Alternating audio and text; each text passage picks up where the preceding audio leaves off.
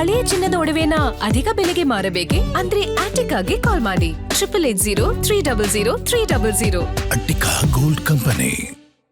ದೇಶದಲ್ಲಿ ಟೆಲಿಗ್ರಾಮ್ ತಾತ್ಕಾಲಿಕ ban. Neat ಮರು ಪರೀಕ್ಷೆ ಹಿನ್ನೆಲೆ ಬ್ಯಾನ್. ಜೂನ್ 22ರವರೆಗೂ ಕೂಡ ಬ್ಯಾನ್ ಮಾಡಿ ಆದೇಶವನ್ನು ಹೊರಡಿಸಲಾಗಿದೆ. ಪ್ರಶ್ನೆ ಪತ್ರಿಕೆ ಸೋರಿಕೆಯಾಗುವ ಹಿನ್ನೆಲೆ ಬ್ಯಾನ್ ಮಾಡಿದ್ದಾರೆ. ಇದರಿಂದ ಏನಾದರೂ ಅಫೆಕ್ಟ್ ಆಗುತ್ತಾ ನೋಡೋಣ.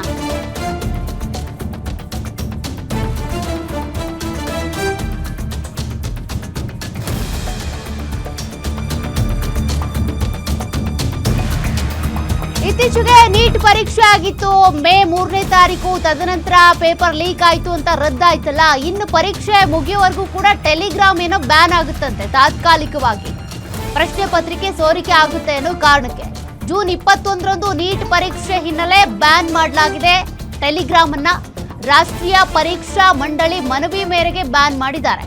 ಟೆಲಿಗ್ರಾಮ್ ಆಪ್ ಬ್ಯಾನ್ ಮಾಡಿದ್ದನ್ನ ಸ್ವಾಗತಿಸಿದಂತ ಎನ್ಟಿಎ ಇಂದಾನೇ ಪ್ರಶ್ನೆ ಪತ್ರಿಕೆ ಲೀಕ್ ಆಗಿದ್ದು. ಅಂದ್ರೆ ಅಲ್ಲಿ ಕೆಲಸ ಮಾಡ್ತಾ ಇದ್ದಂತ ಪ್ರೊಫೆಸರೇ ಫೋಟೋ ತೆಗೆದು ಅದರಲ್ಲೂ ಕೂಡ ಕೈ ಬರಹದ ಪ್ರಶ್ನೆ ಪತ್ರಿಕೆಯನ್ನ ಲೀಕ್ ಮಾಡಿದ್ರು. ಅವ್ರನ್ನ ಈಗಾಗಲೇ ಅರೆಸ್ಟ್ ಮಾಡಿದ್ದು ಆಗಿದೆ. ಲೀಕ್ ಮಾಡೋರಿಗೇನೋ ಬರೀ ಟೆಲಿಗ್ರಾಮ್ ಮೂಲಕನೇ ಲೀಕ್ ಮಾಡಬೇಕು ಅಂತ ಇದೆಯಾ? ಲೀಕ್ ಆಗದೆ ಇರೋ ರೀತಿಯಾಗಿ ನೋಡ್ಕೊಳ್ಬೇಕು. ಯಾವ್ದ್ರ ಮೂಲಕ ಲೀಕ್ ಆಗುತ್ತೋ ಅದನ್ನ ಬ್ಯಾನ್ ಮಾಡೋದಲ್ಲ. ಈಗ ಸದ್ಯಕ್ಕೇನೋ ಟೆಲಿಗ್ರಾಮ್ ಬ್ಯಾನ್ ಮಾಡಿದ್ದಾರೆ. ಇದ್ರ ಮೂಲಕ ಲೀಕ್ ಆಗಿತ್ತು ಈ ಹಿಂದೆ ಅನ್ನುವಂಥ ಕಾರಣಕ್ಕೆ. ಬಟ್ ಈ ಪರೀಕ್ಷೆ ಮುಗಿಯೋವರೆಗೂ ಕೂಡ ಟೆಲಿಗ್ರಾಮ್ ಬ್ಯಾನ್ ಮಾಡ್ತಾರಂತೆ. ಈ ಸಲ ಆದ್ರೂ ಪರೀಕ್ಷೆಯ ಪತ್ರಿಕೆ ಲೀಕ್ ಆಗದೆ ಇರೋ ರೀತಿ ಎಕ್ಸಾಮ್ ಮಾಡ್ತಾರಾ? ಅದೇ ಪ್ರಶ್ನೆ. ಮತ್ತಷ್ಟು ಡೀಟೇಲ್ಸ್ ಕೊಡ್ತಾರೆ ಪ್ರತಿನಿಧಿ ದಿಲೀಪ್.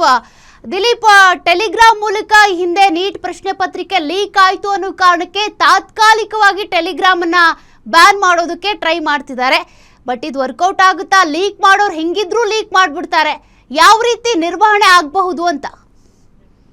ಸೌಖ್ಯ, ಕಳೆದ ಹಲವು ಪರೀಕ್ಷೆಗಳಲ್ಲಿ ಅಂದ್ರೆ ರಾಷ್ಟ್ರಮಟ್ಟ ನಡೆಯುವಂತ ಪರೀಕ್ಷೆಗಳದು ನೀಟ್ ಸೇರಿದಂತೆ ಹಲವು ಪರೀಕ್ಷೆಗಳಲ್ಲಿ ಪ್ರಶ್ನೆ ಪತ್ರಿಕೆ ಸೋರಿಕೆ ಆಗ್ತಿರೋದು, ಜೊತೆಗೆ ಮಾದರಿ ಪ್ರಶ್ನೆ ಪತ್ರಿಕೆಯ ಒಂದು ಮಾಹಿತಿ ಬಹಿರಂಗ ಆಗ್ತಿರೋದು ಭಾರಿ ದೊಡ್ಡ ತಲೆನೋವಾಗಿ ಪರಿಣಮಿಸಿದೆ. ಅದು ಕೇಂದ್ರ ಶಿಕ್ಷಣ ಇಲಾಖೆ ಇರ್ಬೋದು, ಕೇಂದ್ರ ಶಿಕ್ಷಣ ಸಚಿವ ಧರ್ಮೇಂದ್ರ ಪ್ರಧಾನ್ ಅವ್ರನ್ನ ರಾಜೀನಾಮೆ ಕೊಡಬೇಕು ಅನ್ನೋ ಮಟ್ಟಿಗೆ ಈ ಒಂದು ದೊಡ್ಡ ಮಟ್ಟದ ಹೋರಾಟ ನಡೀತಾ ಇದೆ. ಈ ಹಿನ್ನೆಲೆಯಲ್ಲಿ ಹಲವು ಮಹತ್ವದ ಕ್ರಮಗಳನ್ನ ಕೈಗೊಳ್ಳಲಾಗಿದೆ. ಅದು ಇದೇ ಭಾನುವಾರ ಜೂನ್ 21ರಂದು ಈ ಒಂದು ಪರೀಕ್ಷೆ ನಡೆಯುತ್ತೆ. ಈ ಒಂದು ಪರೀಕ್ಷೆ ಹಿನ್ನೆಲೆಯಲ್ಲಿ ದೇಶದ 18 ಪ್ರಮುಖ ಸ್ಥಳಗಳಿಗೆ ಏನು ಪ್ರಶ್ನೆ ಪತ್ರಿಕೆಗಳನ್ನ ಪ್ರಿಂಟ್ ಆಗುತ್ತೆ, ಆ ಪ್ರಿಂಟ್ ಆಗಿದ್ದನ್ನ ಪ್ರಮುಖ 18 ಲೊಕೇಶನ್ಗಳಿಗೆ ತಲುಪಿಸುವಂತ ಜವಾಬ್ದಾರಿನ IAFಗೆ ವಹಿಸಲಾಗಿದೆ, ಇಂಡಿಯನ್ ಏರ್ ಫೋರ್ಸ್ಗೆ. ಜೊತೆನಲ್ಲೇ ಭಾರತೀಯ ವಾಯುಪಡೆ ಅತ್ಯಂತ ಭದ್ರತೆಯಿಂದ ಆ ಒಂದು ಪ್ರಶ್ನೆ ಪತ್ರಿಕೆಗಳನ್ನ ಆ ಒಂದು ಪರೀಕ್ಷಾ ಸ್ಥಳಗಳಿಗೆ ತಲುಪಿಸುತ್ತೆ. ಅಷ್ಟೇ ಅಲ್ಲ, ಈ ಒಂದು ಸಂದರ್ಭದಲ್ಲಿ ಪ್ರಶ್ನೆ ಪತ್ರಿಕೆಗಳನ್ನ ಯಾವ್ದಾದ್ರೂ ಕಾರಣದಿಂದಾಗಿ ಅದನ್ನ ಸೋರಿಕೆ ಮಾಡೋದಕ್ಕೆ ಆಪ್ಗಳ ಮೂಲಕ ಸೋರಿಕೆ ಮಾಡಬಹುದು ಅನ್ನೋ ಬೇಹುಗಾರಿಕೆ ಮಾಹಿತಿ ಇರೋ ಹಿನ್ನೆಲೆಯಲ್ಲಿ ಮೊದಲಿಗೆ ಈಗ ಟೆಲಿಗ್ರಾಮ್ ಆಪ್ ನ ಒಂದು ತಾತ್ಕಾಲಿಕವಾಗಿ ನಿರ್ಬಂಧ ಮಾಡುವಂತ ಒಂದು ಪ್ರಯತ್ನಕ್ಕೆ ಕೇಂದ್ರ ಸರ್ಕಾರ ಕೈ ಹಾಕಿದೆ.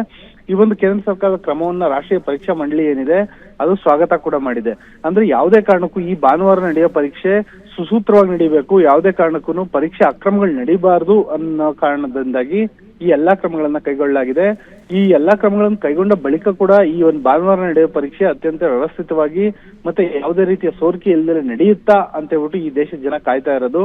ಯಾಕಂದ್ರೆ ನೀಟ್ ಅನ್ನೋ ಪರೀಕ್ಷೆ ಏನಿದೆ ಅದು ದೇಶವ್ಯಾಪಿ ಇರುವಂತಹ ಏನೊಂದು ಮೆಡಿಕಲ್ ಮತ್ತೆ ಇಂಜಿನಿಯರಿಂಗ್ ಓದಬೇಕು ಅಂತ ಬಯಸುವಂತ ಎಲ್ಲಾ ವಿದ್ಯಾರ್ಥಿಗಳಿಗೆ ಅದು ಅತ್ಯಂತ ಮಹತ್ವದ ಪರೀಕ್ಷೆ ಆಗಿದೆ. ಈ ಪರೀಕ್ಷೆ ಸುಸಜ್ಜಿತವಾಗಿ ನಡೆಸಬೇಕು ಅನ್ನೋ ಜವಾಬ್ದಾರಿ ಕೇಂದ್ರ ಸರ್ಕಾರದ ಮೇಲಿದೆ.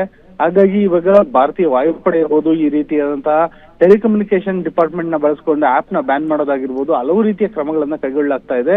ಹಾಗಾಗಿ ಪರೀಕ್ಷೆ ಈ ಭಾನುವಾರ ನಡೆಯೋದು ಅತ್ಯಂತ ವ್ಯವಸ್ಥಿತವಾಗಿ ನಡೀಲಿ ಅನ್ನೋದೇ ಎಲ್ಲರ ಆಶಯ ಆಗಿದೆ. ಸೌಖ್ಯ. ಓಕೆ, ಥ್ಯಾಂಕ್ ಯು ದಿಲೀಪ್ ಮಾಹಿತಿಗೆ. ದೇಶದಲ್ಲಿ ನೀಟ್ ಪರೀಕ್ಷೆಗೆ ಸಂಬಂಧಪಟ್ಟಂತೆ ಒಂದು ರೀತಿ ಸ್ಟೆಪ್ ತೆಗೆದುಕೊಂಡಿದ್ದಾರೆ. ಈ ಟೆಲಿಗ್ರಾಮ್ ಅನ್ನ ತಾತ್ಕಾಲಿಕವಾಗಿ ಬ್ಯಾನ್ ಮಾಡೋದ್ರ ಮೂಲಕ. ಈ ಹಿಂದೆ ಟೆಲಿಗ್ರಾಮ್ ಮೂಲಕ ಏನೋ ಪ್ರಶ್ನೆ ಪತ್ರಿಕೆ ಲೀಕ್ ಆಗಿ ಹಂಚಿಕೆ ಆಗಿತ್ತು. ಲಕ್ಷ 5 ಲಕ್ಷ 10 ಲಕ್ಷ ಕೊಟ್ಟು ಕೊಂಡ್ಕೊಂಡಿದ್ರಲ್ಲ ಈ ಒಂದು ಪ್ರಶ್ನೆ ಪತ್ರಿಕೆನ, ಆ ರೀತಿ ಆಗಬಾರ್ದು ಅನ್ನುವಂಥ ಕಾರಣಕ್ಕೆ ಟೆಲಿಗ್ರಾಮ್ ಬ್ಯಾನ್ ಮಾಡಿದ್ದಾರೆ. ಅದು ತಾತ್ಕಾಲಿಕ, ಎಕ್ಸಾಮ್ ಮುಗಿಯೋವರೆಗೂ ಈ ರೀತಿಯಾಗಿ ಬ್ಯಾನ್ ಮಾಡಲಾಗುತ್ತೆ. ನೋಡೋಣ, ಪ್ರಶ್ನೆ ಪತ್ರಿಕೆ ಲೀಕ್ ಆಗದೆ ಇರೋ ರೀತಿಯಾಗಿ ಬಹಳ ಅಚ್ಚುಕಟ್ಟಾಗಿ CCTV ಇರ್ಬೋದು, ಸ್ಕ್ವಾಡ್ಗಳಿರ್ಬೋದು, ಎಲ್ಲವನ್ನೂ ಕರೆಕ್ಟಾಗಿ ನಿಯೋಜನೆ ಮಾಡಿಕೊಂಡು ಎಕ್ಸಾಮ್ ಮಾಡ್ತಾರಾ ಅಂತ. ಯಾಕೆಂದರೆ ಈ ಒಂದು ನೀಟ್ ಪರೀಕ್ಷೆ ಬ್ಯಾನ್ ಆಗಿದ್ರಿಂದ ಪಾಪ ಅಭ್ಯರ್ಥಿಗಳು ಸೂಸೈಡ್ ಮಾಡಿಕೊಂಡ್ರು. ಅನೇಕರಿಗಾಗಲೇ ಹತಾಶರಾಗ್ಬಿಟ್ಟಿದ್ದಾರೆ. ಪ್ರತಿ ಬಾರಿ ಇದೇ ರೀತಿ ಆದರೆ ನಾವು ಏನಕ್ಕೆ ಓದಬೇಕು, ಏನಕ್ಕೆ ಪ್ರಾಮಾಣಿಕವಾಗಿ ಎಕ್ಸಾಮ್ ಬರೀಬೇಕು ಅನ್ನೋ ಮಟ್ಟಕ್ಕೆ ಹತಾಶರಾಗ್ಬಿಟ್ಟಿದ್ರು. ಈ ಸಲ ಆದರೂ ಪರೀಕ್ಷೆಯನ್ನ ಬಹಳ ಅಚ್ಚುಕಟ್ಟಾಗಿ ಯಾವುದೇ ಲೋಪದೋಷಗಳಿಲ್ಲದೆ ನಿರ್ವಹಿಸ್ತಾರಾ, ಆ ಮ್ಯಾನೇಜ್ಮೆಂಟ್ ಯಾವ ರೀತಿ ಇರುತ್ತೆ ನೋಡಬೇಕಾಗುತ್ತೆ. NTA ಮೇಲೆ ಬಂದಿರುವಂಥ ಆರೋಪಗಳೆಲ್ಲವೂ ಕೂಡ ಹೋಗಲಾಡಿಸ್ಬೇಕು, ಲೋಪದೋಷಗಳೆಲ್ಲವನ್ನೂ ಕೂಡ ಸರಿಪಡಿಸ್ಕೊಳ್ಬೇಕು ಅನ್ನೋದಕ್ಕೆ ಸಿಕ್ಕಿರುವಂಥ ಮತ್ತೊಂದು ಅವಕಾಶ ಇದು. ಅದನ್ನು ಯಾವ ರೀತಿಯಾಗಿ ಇವ್ರು ಬಳಸ್ಕೊಳ್ತಾರೆ. ಜೂನ್ 22ರವರೆಗೂ ಕೂಡ ಈಗ ಟೆಲಿಗ್ರಾಮ್ ಏನು ಬ್ಯಾನ್ ಆಗಿರುತ್ತೆ, ಪ್ರಶ್ನೆ ಪತ್ರಿಕೆ ಲೀಕ್ ಆಗದೆ ಇರೋ ರೀತಿ ನೋಡ್ಕೊಳ್ತಾರಾ ನೋಡೋಣ.